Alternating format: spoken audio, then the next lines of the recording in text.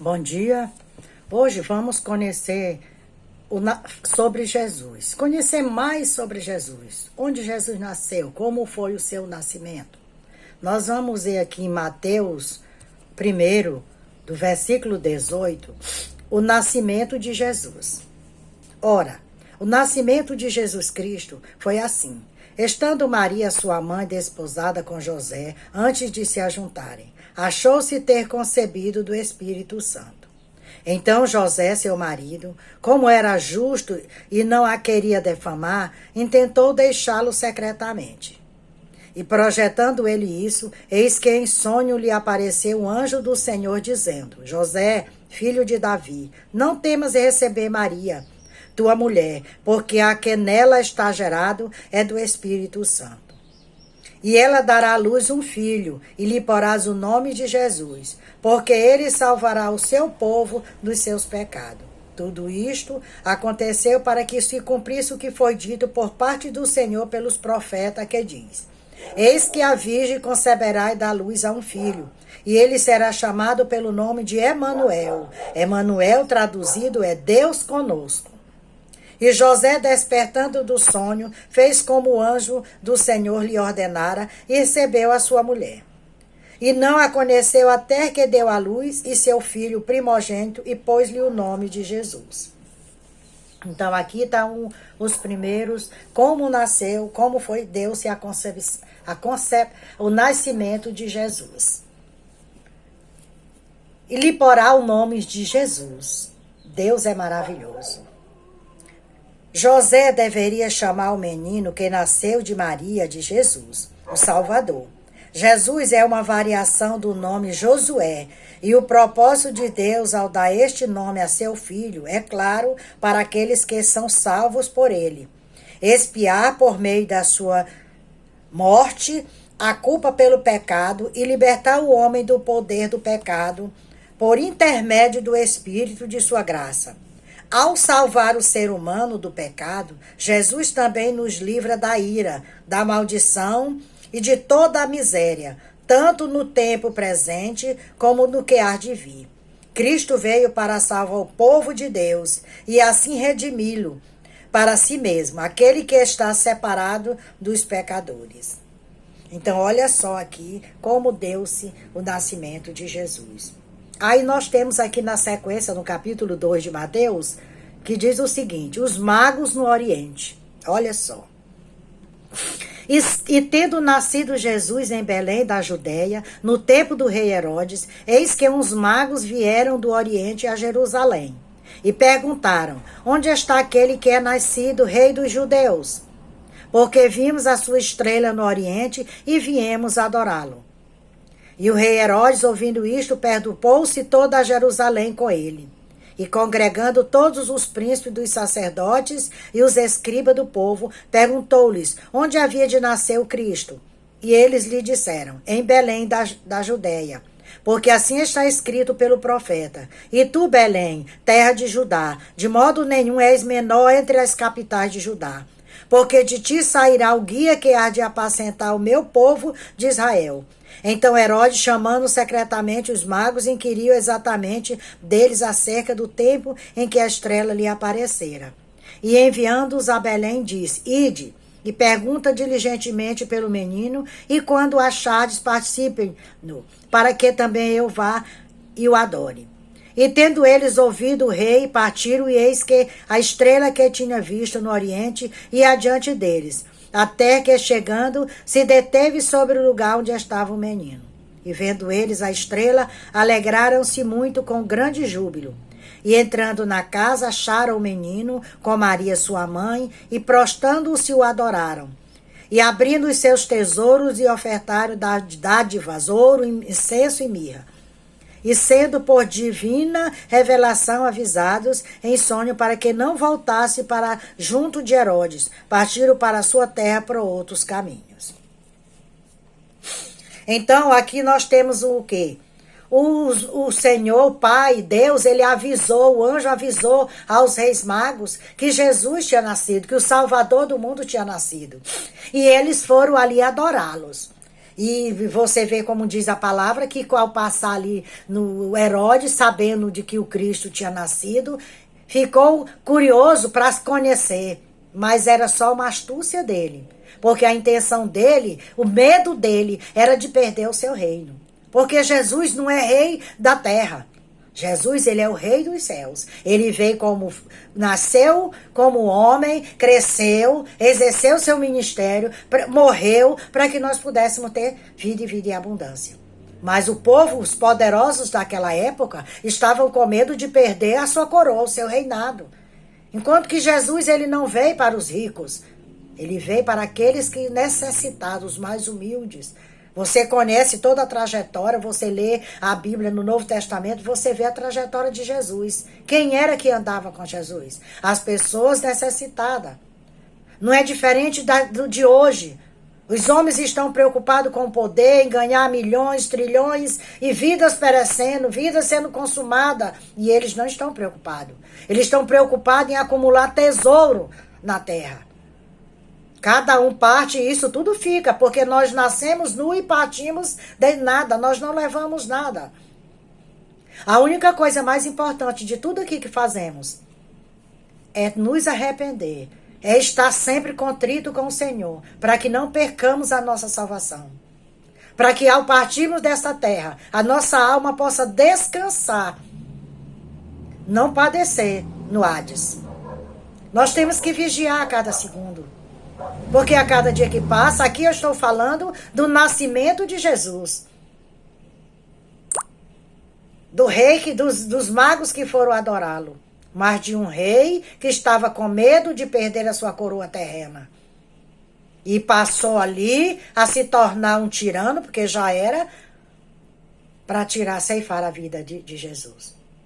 Tudo estava escrito, nada aconteceu fora daquilo que o Pai tinha determinado. O rei Herodes era conhecido por sua brutalidade e sua vida imoral.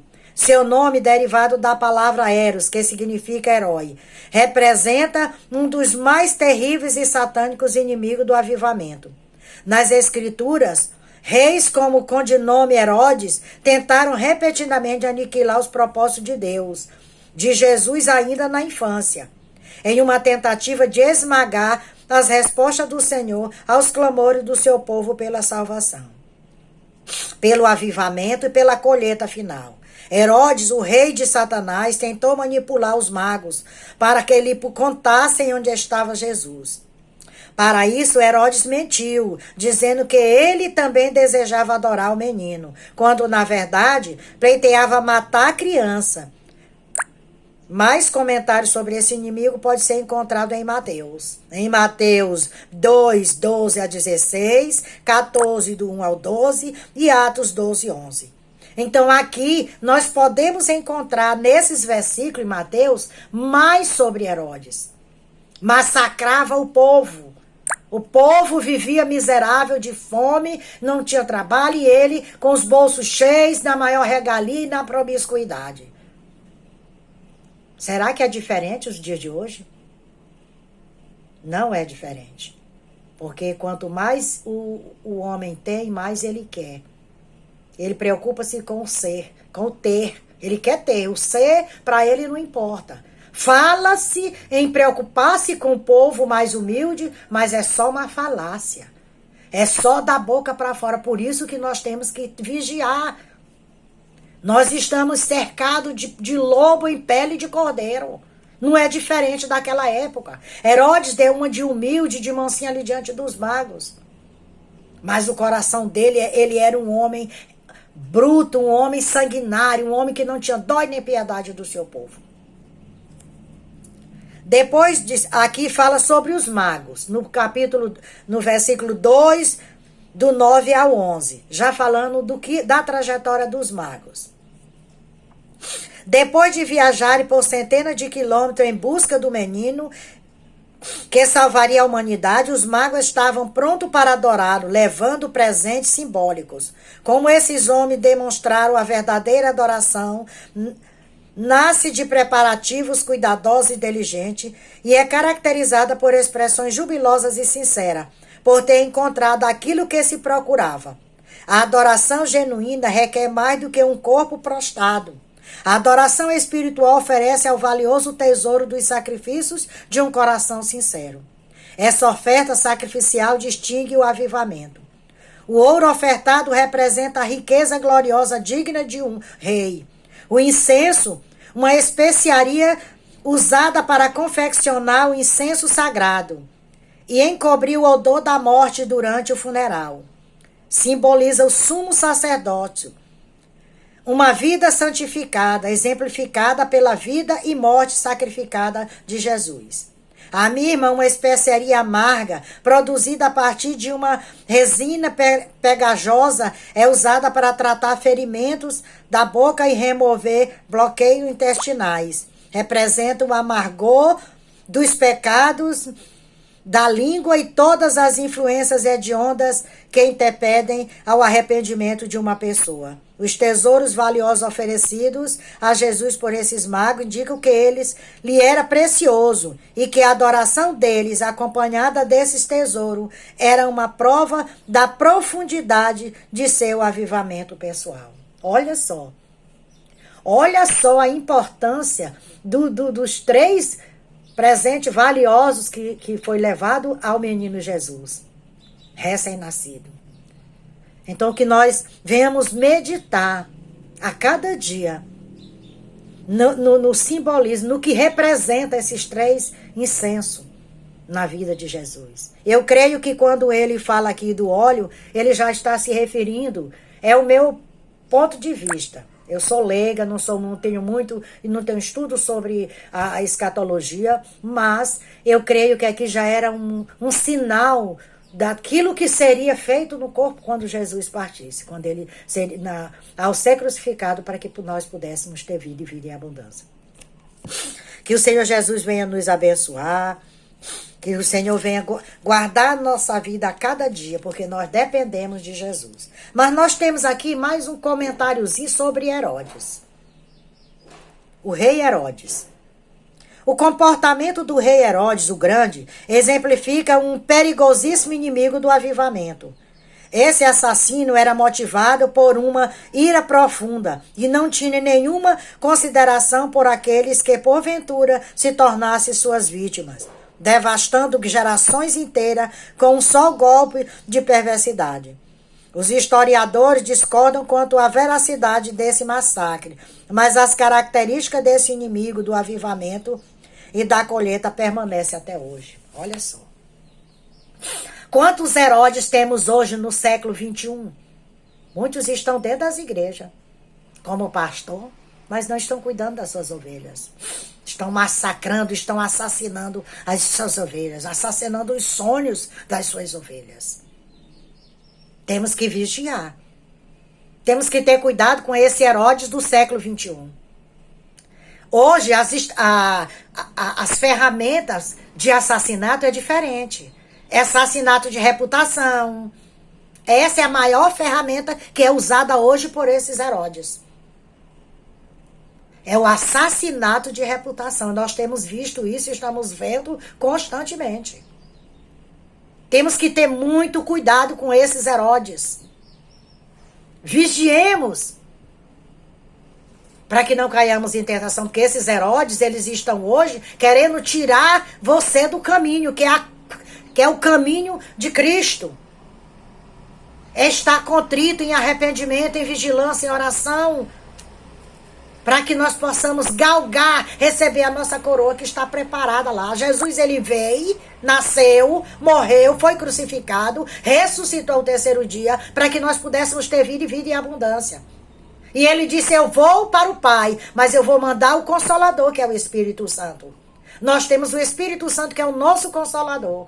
Então nós temos que mastigar essa palavra todos os dias, para que não venhamos perder a nossa coroa. Porque a nossa coroa está lá, já com o nosso nome, que só o Pai sabe. Nós, ao irmos para lá, teremos cada um nome diferente.